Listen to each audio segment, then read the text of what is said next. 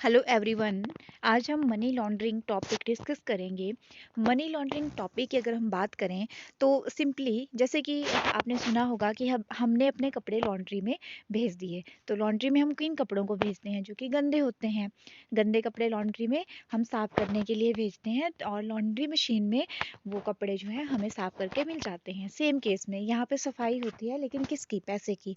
अब कौन से पैसे की सफाई होती है? ब्लैक मनी की। तो मनी लॉन्ड्रिंग एक ऐसी प्रोसेस है जिसमें ब्लैक इलीगल और डर्टी मनी को जो है लीगल और वाइट मनी में कन्वर्ट किया जाता है। अब जो ब्लैक मनी है वो कौन सी मनी होती है? ब्लैक मनी मीन्स जो इन एक्टिविटी से कमाया हुआ पैसा होता है, जैसे कि किडनैपिंग, ठीक है, आपने करप्शन किया या आपने गैम्बलिंग की, आपने कोई टेररिस्ट वाला काम किया, स्मगलिंग की, ड्रग प्रोस्टिट्यूशन एट्सेट्रा। इन सारी एक्टिविटीज़ से कमाए गए पैसे को हम ब्लैक मनी में रखते हैं, क्योंकि ये सारी एक्टिविटीज़ इलीगल हैं, इसलिए इलीगल मनी भी इसको कहा जाता है। अब ब्लैक मनी को वाइट मनी में कैसे कन्वर्ट किया जाता है? इसके लिए एक साइकिल फॉलो किया जाता है। सबसे पहले जो है प्रिडिकेट क्राइम्स, सबसे पहले क्राइम किया जाता है, जैसे फ्रॉड किया या फिर कोई ड्रग वाली एक्टिविटी की, स्मगलिंग की, टेररिस्ट में आप इन्वॉल्व हो, वहाँ से पैसा इकट्ठा किया जाता है।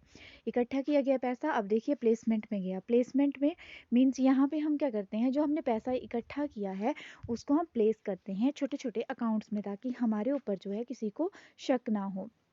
अब अकाउंट्स में कैसे प्लेस किया जाता है इस पैसे को? तो देखिए यहाँ पे जो है हम कोई पर्सन होंगे, जैसे 10-12 लोग, उनके अकाउंट में पैसे ट्रांसफ़र कर देंगे, या फिर बात की जाती है यहाँ पे हम जो है वो इसको जो है पर्टिकुलर कॉमर्शियल एक्टिविटीज़ में इन्वेस्ट कर देंगे। फिर ये पैसा हमने छोटे छोटे अकाउंट्स में जो है वो हैंड ओवर कर दिया। उसके बाद हम इस पैसे की लेयरिंग करते हैं। लेयरिंग करते हैं मीन्स जैसे हमने कोई कंपनी अपनी बना दी, अब जिन खातों में हमने टुकड़ों में पैसा डाला था उन वही लोग क्या करेंगे, इस कंपनी के शेयर खरीद लेंगे। ठीक है, तो क्या हो गया, लेयरिंग हो गई उस पैसे की। अब वो पैसा जो है वो ब्लैक मनी से वाइट मनी में कन्वर्ट हो चुका है। फर्दर फिर उस वाइट मनी को जो है वो ब्लैक मनी में फिर से यूज़ किया जाता है उन्हीं लोगों के द्वारा जो ब्लैक मनी जनरेट करते हैं। अब इसको जो है इंटीग्रेशन बोला जाता है। इंटीग्रेशन की बात करें तो इसमें जो है, इसमें वो या तो शॉपिंग करते हैं या फिर से टेररिस्ट एक्टिविटीज़ में उस पैसे को लगा देंगे और बोलेंगे कि हमने दान किया, या फिर हमने गाँव में जाके जो है वो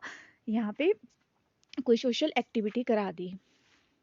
बात करते हैं how many laundering works. Money laundering कैसे काम करता है? अब देखिए हमने यहाँ पे जो है ये पैसा कमाया, ये बहुत सारा पैसा कमाया, इसको हम प्लेस करेंगे किसमें? छोटे छोटे अकाउंट्स में, लोगों के खाते में छोटी छोटी रकम जो है ट्रांसफ़र कर देंगे। फिर वही लोग जो है, जैसे कि हमने एक कंपनी बनाई होगी, इस कंपनी के शेयर खरीदे हुए शो करेंगे और फर्दर इस कंपनी में उस पैसे को भेज देंगे। अब ये कंपनी में इन्वेस्टमेंट हुई, तो मीन्स जो ब्लैक मनी थी वो यहाँ पे वाइट मनी में कन्वर्ट हो चुकी है। ठीक है, और उसकी लेयरिंग हो गई है। फर्दर जैसे ये ब्राउन का पैसा था और उसने ही लोगों के अकाउंट में ट्रांसफ़र किया था, उसने अपनी लोगों ने फिर उसकी कंपनी में ये पैसा लगा दिया। हट फिर के ये पैसा जो है ब्राउन के ही अकाउंट में पहुंच गया। फर्दर ब्राउन ही इस पैसे को यूज़ करेगा, या तो शॉपिंग कर देगा या तो इसकी इंटीग्रेशन कर देगा, मींस फर्दर इसको ब्लैक मनी में ब्लैक मनी जनरेट करने के लिए जो है इन्वेस्ट करेगा। जैसे कि टेररिस्ट को जो है पैसा दे दिया और शो किया कि मैंने एनजीओ में पैसा दिया, या गांव में जाके सर्विस दी लोगों को। तो इस तरह से जो है इसका साइकिल काम करता है।